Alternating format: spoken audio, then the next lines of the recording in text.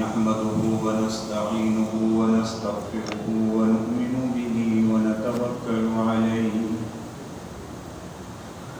ونعوذ بالله من شرور أنفسنا ومن سيئات أعمالنا من يهده الله فلا مضل له ومن يضلله فلا هادي له ونشهد أن لا إله إلا الله وحده لا شريك له ونشهد أن سيدنا ونبينا ومولانا محمدا عبده ورسوله صلى الله تعالى عليه وعلى آله وأصحابه وسلم تسليما كثيرا كثيرا أما بعد فأعوذ بالله من الشيطان الرجيم بسم الله الرحمن الرحيم إنما يعمر مساجد الله من آمن بالله واليوم الآخر وأقام الصلاة وآتى الزكاة ولم يخش إلا الله فعسى أولئك أن يكونوا من المهتدين صدق الله العظيم. بزرگان محترم اور برادران عزیز،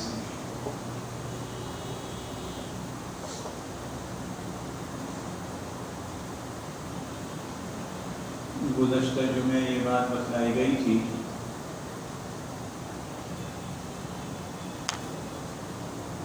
کہ مساجد کا تعلق بیت اللہ کے ساتھ، جس طرح بیت اللہ کا ادب، احترام، عظمت ضروری ہے، اسی طریقے سے مساجد کا احترام بھی، عظمت بھی ضروری ہے۔ یہ دنیا بھر کی مساجد اللہ کی نشانیوں میں سے، جسے کہتے ہیں شعائر اللہ، اور شعائر اللہ کی بے ادبی گناہ کبیرہ۔ اسی میں آپ کو بتلایا تھا کہ قبلے کی طرف رخ کر کے پاؤں کو پھیلانا یہ جائز نہیں ہے۔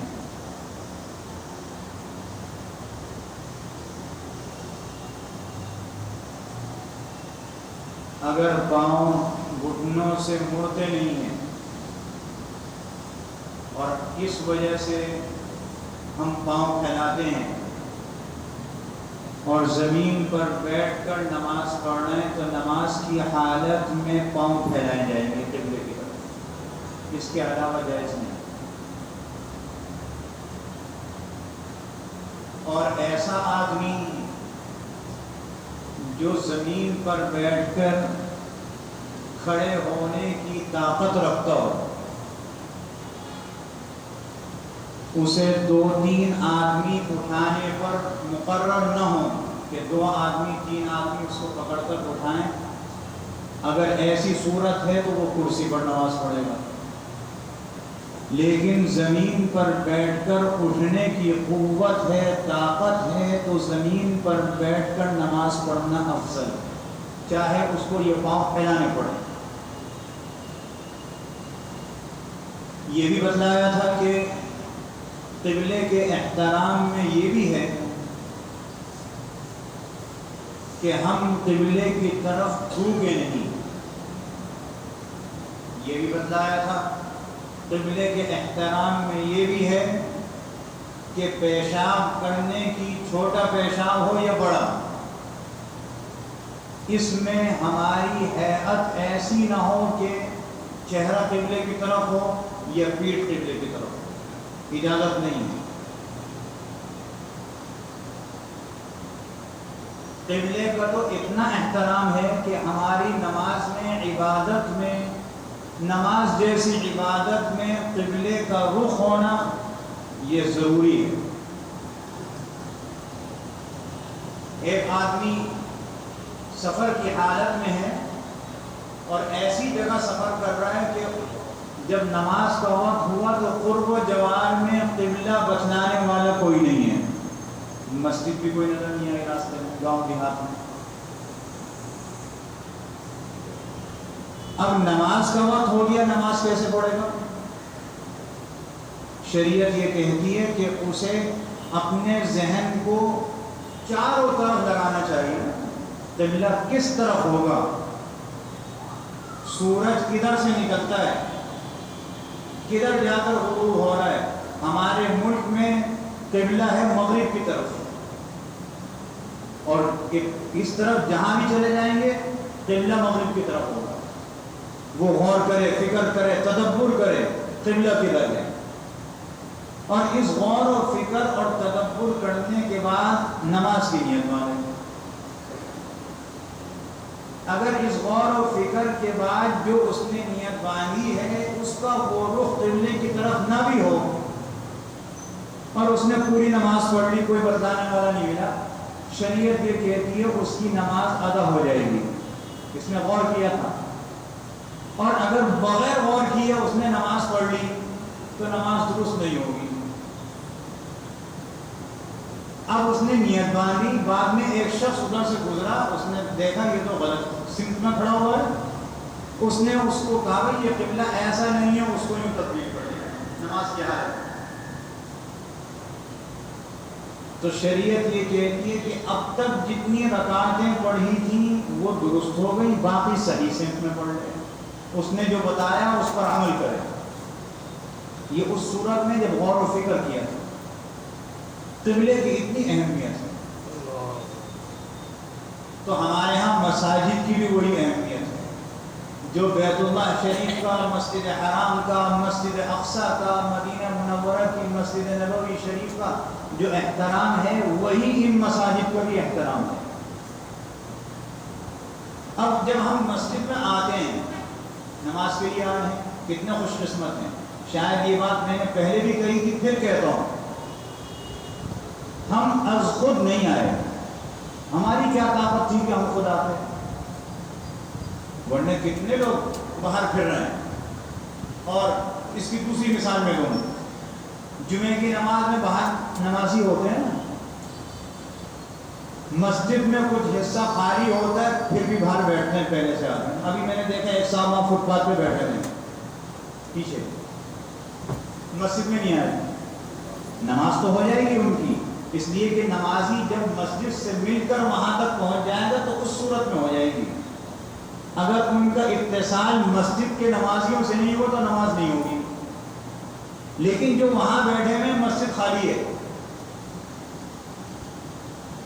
کیا سمجھے آپ؟ اللہ بلاتا ہے مسجد میں، جس کو اللہ کے رسول صلی اللہ علیہ وسلم ارشاد فرما رہے ہیں کہ روئے زمین پر سب سے بہترین مقامات مساجد ہیں، سب سے بہترین، اور سب سے بدترین مقامات بازار ہیں۔ یہ مطلب نہیں ہے بازار جانا گناہ ہے، یہ مطلب نہیں۔ آدمی دعا پڑھ کے جائے، لا الہ الا اللہ وحدہ لا شریک لہ لہ الملک ولہ الحمد وہو علی کل شیء قدیر، جب گھر سے نکلے یہ پڑھ لیں۔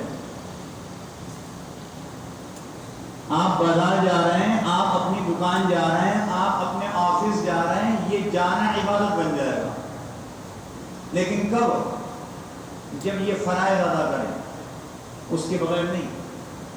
نماز پڑھیں نہیں، یہ دعا کر لیں اور پھر سوچیں یہ عبادت ہے، پھر ایسی عبادت نہیں۔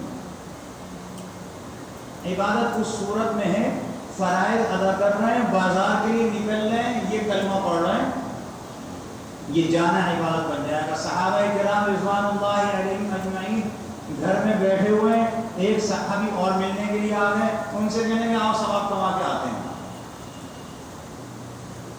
میں نے کہا جی چلیے، حریص تھے ثواب کے، اجر و ثواب میں حرص ہونا بری بات نہیں، اللہ کو پسند ہے۔ وہ گھر سے چلے، اور ایک بازار کا چکر لگا کے پھر گھر پہ آ گئے، کوئی چیز نہیں خریدی، کوئی چیز فروخت نہیں کی، وہ دوسرے مسلمان پوچھنے لگے کہ بھائی آپ کہہ رہے تھے ہم ثواب کما کے آتے ہیں، میں سمجھا صدقہ خیرات کرنے جا رہا ہوں، آپ تو بازار میں گئے، کوئی چیز خریدی بھی نہیں، کوئی چیز بیچی بھی نہیں، واپس آ گئے، تو کیا ثواب کمایا؟ تو وہ صحابی فرماتے ہیں کہ میں نے رسول اللہ صلی اللہ علیہ وسلم سے سنا ہے کہ جو آدمی بازار جائے اور یہ کلمہ پڑھ لے، لا الہ الا اللہ وحدہ لا شریک لہ لہ الملک ولہ الحمد وہو علی کل شیء قدیر، اس کا بازار جانا اور آنا، اس کے ہر قدم پر نیکیاں لکھی جاتی ہیں، تو ہم تو ثواب کما کے آئے۔ ہماری تو ہر چیز عبادت ہے، کوئی چیز ایسی نہیں ہے جو عبادت نہ ہو، لیکن شرط یہ ہے کہ رسول اللہ صلی اللہ علیہ وسلم کے طریقے کے مطابق ہو۔ تو ہم مسجد میں آ رہے ہیں، کس نے بلایا؟ ہمارے ایک بزرگ تھے مراد آباد میں، بہت پرانی بات ہے، ایک مرتبہ یہاں بھی جمعہ پڑھایا، میں تو بہت چھوٹا تھا اس وقت، اور یہ اس زمانے کی بات ہے کہ جس زمانے میں یہاں پہ جمعے کی چھٹی نہیں ہوتی تھی، پھر جمعے کی چھٹی ہو گئی تھی، اس دور کی بات، سن 1977 سے پہلے کی، بہت پرانا آدمی ہوں، بہت پرانی باتیں یاد ہیں مجھے، اللہ کا شکر۔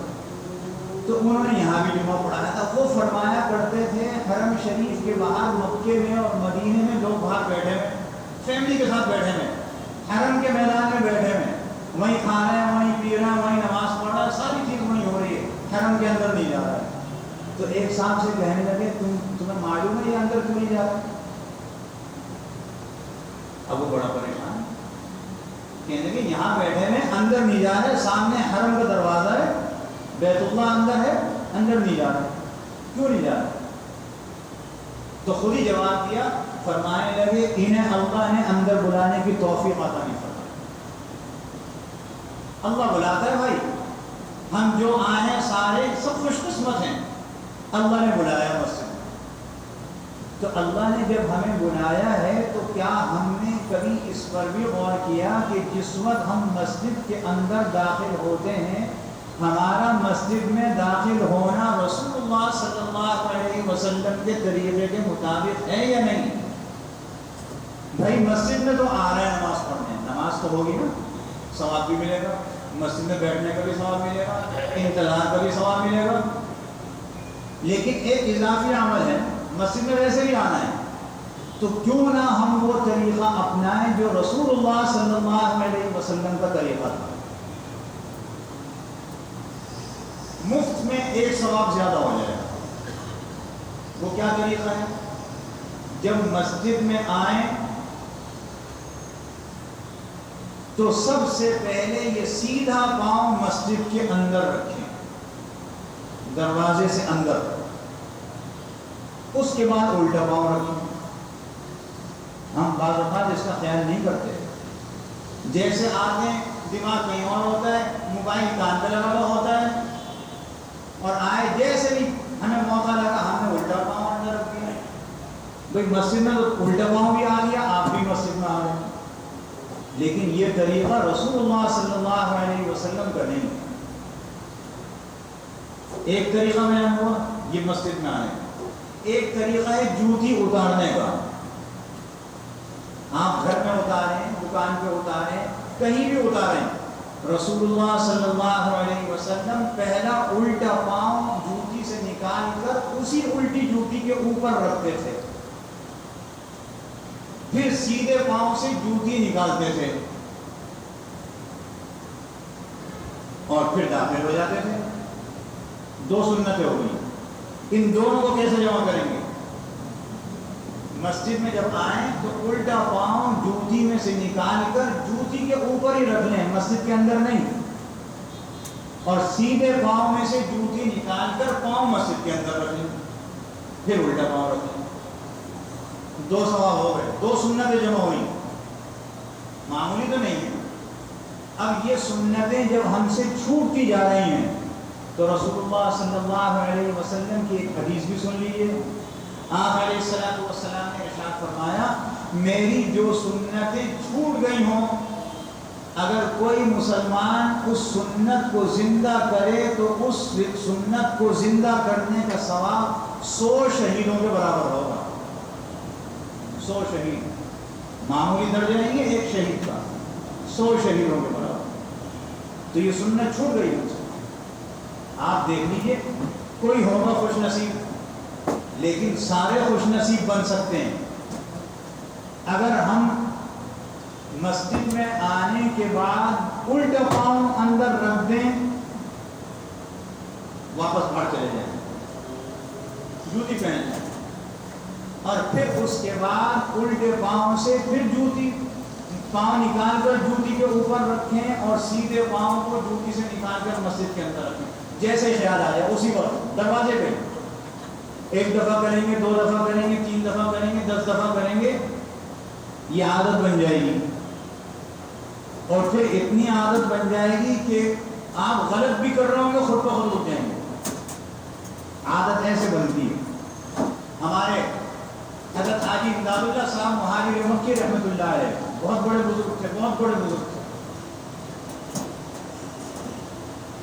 جنت المعلا میں مدفون ہیں، حضرت خدیجہ رضی اللہ تعالی عنہا کی قبر مبارک کے باہر. لوگ تو کرامتیں پوچھتے پھرتے ہیں کہ کسی اللہ والے کی کرامت بتلاؤ، میں ایک کرامت بتلاؤں گا. لوگ کرامات بڑے شوق سے سنتے ہیں. ہندوستان میں آزادی کی تحریک چل رہی تھی یا انگریز سے لڑ رہے تھے. ایک جگہ ہے ہندوستان میں پٹیالہ، وہ تحریک جس میں لڑ رہے تھے وہ ناکام ہو گئی، جنگ میں شکست ہو گئی.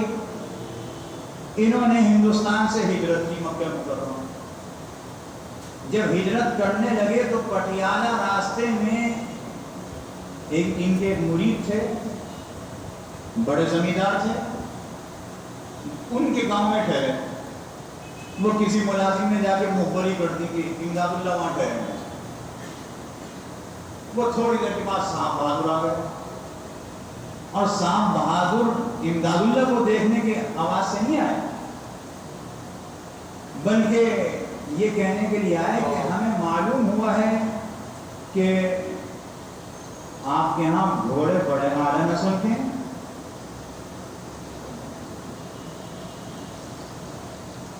بڑے اعلیٰ نسل کے، ہم وہ گھوڑے دیکھنا چاہتے ہیں. اب حاجی صاحب کو انہوں نے اپنے پیر و مرشد کو ایک استبل میں بند کیا تھا، وہاں چوکی لگا دی، مسلح بچھا ہوا ہے، سب چیز ہے کہ اگر کہیں چھاپا پڑ جائے تو گھر میں نہ ہو، کسی کو شک بھی نہ ہو. اب یہ ایک ایک کمرہ دکھاتے رہا ہے.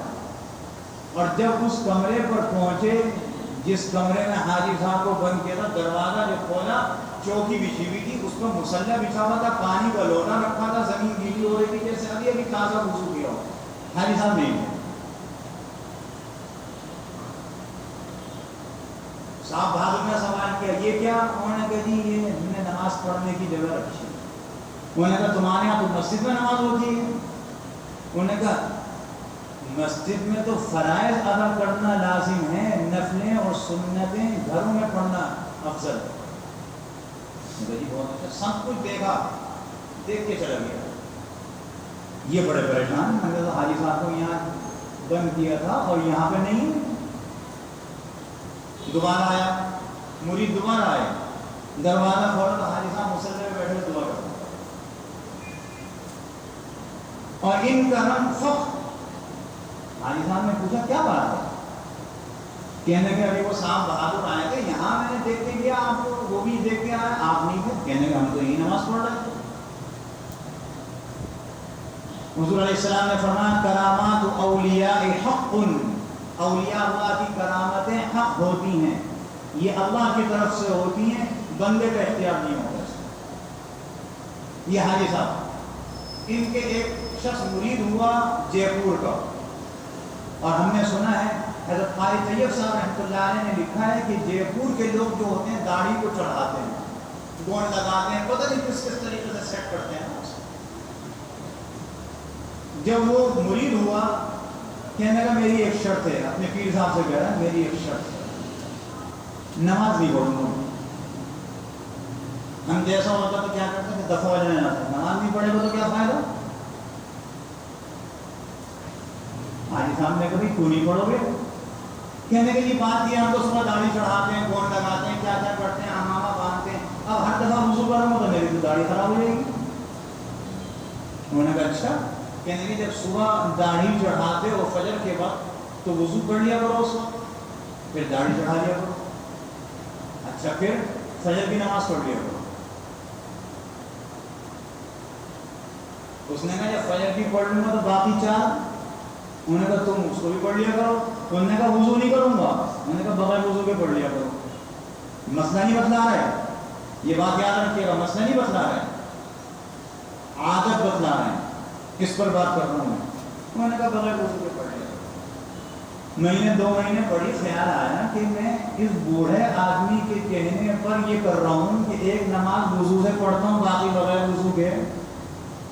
اس بوڑھے آدمی کے کہنے پہ تو اللہ جو کہہ رہا ہے کہ وضو کر کے نماز پڑھو, اس کی بات نہیں مان رہا. وہ وضو کر کے پڑھنے لگا, 5 وقت کی نماز پڑھنے لگا وضو سے. عادت بنی نا, عادت کے بعد عبادت بن گئی. تھوڑے دن کے بعد, مہینے 2 مہینے کے بعد حاجی صاحب نے بلایا, کہتے ہیں بیٹا ڈرا تم نے بغیر وضو کے کتنی نمازیں پڑھی ہوں گی؟ کہنے لگی 2 مہینے کی پڑھی ہوں گی. حاجی صاحب نے فرمایا نماز نہیں ہوئی, وہ نماز نہیں ہوئی, بغیر وضو کے نماز نہیں ہوتی. لہذا اب وہ ایک ایک کر کے ہر نماز کے ساتھ ایک نماز قضا پڑھ رہے. دیکھیے پہلے عادت بنائی, عادت بنا کے عبادت بنی, عبادت بننے کے بعد پہلی بھی لوٹوا دی. تو جس وقت چپل اتارنے میں کوتاہی ہو جائے واپس چلے جائے باہر, جانے کے بعد چپل پہنے پھر دوبارہ چپل اتاریں. 1 دفعہ کریں گے, 10 دفعہ کریں گے, 100 دفعہ کریں گے, عادت بنے گی, عبادت بن جائے گی. 2 فائدے ہو گئے ہیں.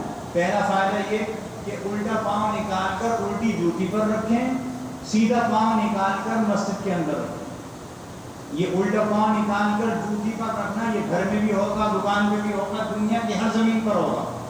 یہ ایک الگ سنت ہے. دوسری سنت یہ ہے کہ مسجد میں آتے وقت پہلے سیدھا پاؤں اندر رکھیں گے. 2 فائدے ہو گئے. تیسرا فائدہ, تیسرا کام بھی کرنا ہے, وہ یہ کہ دعا پڑھیں گے اللہم افتح لی ابواب رحمتک, اے میرے اللہ میرے لیے اپنی رحمتوں کے دروازے کھول دے. کب دعا کرنا ہے؟ مسجد میں داخل ہوتے وقت. اور یہ ممکن ہی نہیں ہے کہ مسجد میں آپ داخل ہو رہے ہو نماز کے بعد اور اللہ سے دعا کر رہا ہوں, یہ رسول اللہ صلی اللہ علیہ وسلم کی بتلائی ہوئی دعا کر رہا ہوں اور یہ قبول نہ ہو. ممکن ہی نہیں. ضرور قبول ہوگی. جب ہم یہ دعا پڑھنے کی عادت بنا لیں گے تو ہمارے اوپر اللہ کی رحمتوں کی بارش ہوگی, ہر کام میں رحمت ہوگی. 3 فائدے ہو گئے. چوتھی بات, مسجد میں تو آ رہے ہیں, 5 وقت آتے ہیں, تو کیا ہی اچھا ہو جس وقت ہم مسجد میں داخل ہوں تو ہم اس کا بھی اہتمام کریں, اس کی بھی عادت بنا لیں, اور وہ عادت بنا کر عبادت بن جائے گی کہ ہم مسجد میں داخل ہوتے وقت سنت اعتکاف کی نیت کر لیا کریں. اے اللہ میں سنت اعتکاف کی نیت کرتا ہوں.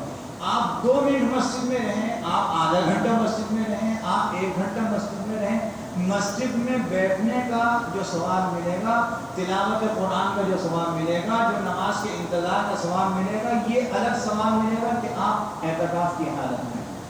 کتنے فائدے ہو گئے؟ یہ سارے طریقے رسول اللہ صلی اللہ علیہ وسلم کے ہیں. صرف کرنا کتنا ہے ہمیں تھوڑی سی سوچ رکھنی ہے, ذہن بنانا ہے. مسجد مجھے ویسے بھی جانا ہے نماز پڑھنے, اماں ابا نے عادت دلوائی ہے, اللہ ہمارے ان اماں ابا کی قبروں کو ٹھنڈا کر دے, جن کے حیات ہیں ان کی عمروں میں برکت دے دے. یہ انہوں نے عادت ڈالی ہے ہمیں مسجد میں آنے کی. تو جب مسجد میں آنے کی عادت ڈال دی اور ہم مسجد میں آ رہے ہیں تو یہ 4 کام بھی کر لیں, تو ہمارا مسجد میں آنا سنت کے مطابق ہو جائے گا. سنت کہنے کو تو بڑی چھوٹی چیز ہے نا سنت, اور بعض اوقات ہم اس کو بڑا حقیر سے سمجھ لیتے ہیں. سنت کو کبھی حقیر نہ سمجھے. اللہ کے رسول کی سنت کو حقیر سمجھنے سے خدشہ ہے ایمان دل سے رخصت ہو جائے. اللہ محفوظ فرمائے سب. اللہ مجھے اور آپ کو سب کو عمل کی توفیق عطا فرمائے. وآخر دعوانا الحمد للہ رب العالمین. سنت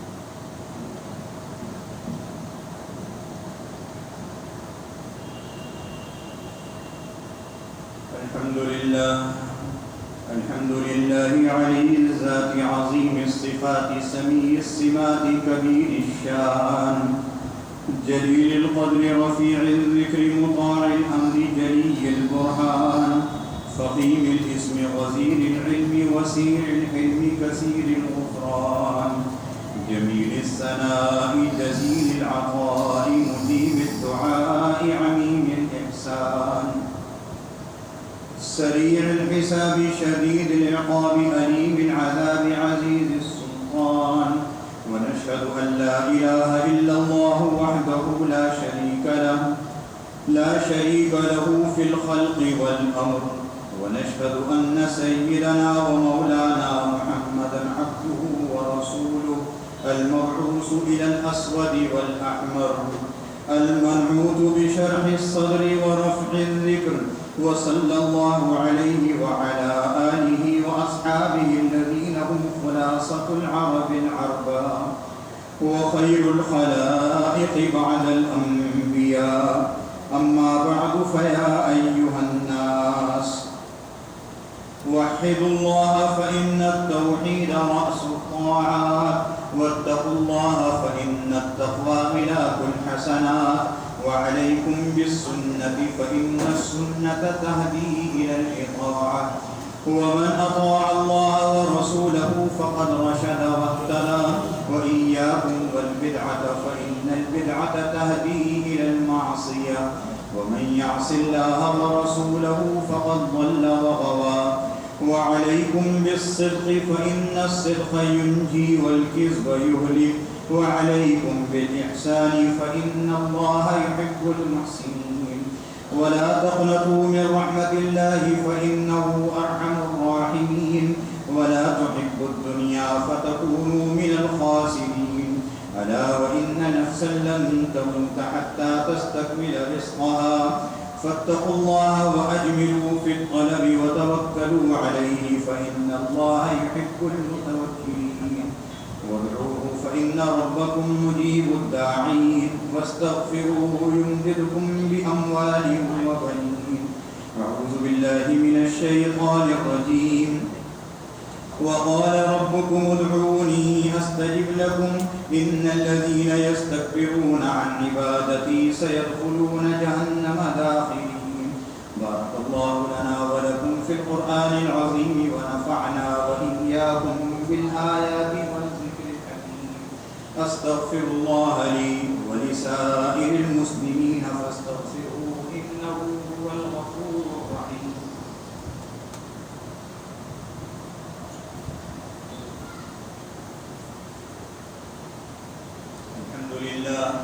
الحمد لله وكفى وسلام على عباده الذين اصطفى خصوصا على سيد الكونين وخاتم الأنبياء وعلى آله وأصحابه الأتقياء أما بعد فأعوذ بالله من الشيطان الرجيم إن الله وملائكته يصلون على النبي يا أيها الذين آمنوا صلوا عليه وسلموا تسليما اللهم صل على محمد عبدك ورسولك وصل على المؤمنين والمسلمات والمؤمنين والمؤمنات وبارك على محمد وأزواجه وذريته قال النبي صلى الله عليه وسلم أرحم أمتي بأمتي أبو بكر وأشدهم في أمر الله عمر وأصدقهم حياء عثمان وأقواهم علي وفاطمة سيدة نساء أهل الجنة والحسن والحسين سيدا شباب أهل الجنة وحمزة أسد الله وأسد رسوله رضي الله تعالى عنهم وعن كل الصحابة أجمعين عباد الله رحمكم الله إن الله يأمر بالعدل والإحسان وإيتاء ذي القربى وينهى عن الفحشاء والمنكر والبغي يعظكم لعلكم تذكرون اذكروا الله يذكركم ولذكر الله أكبر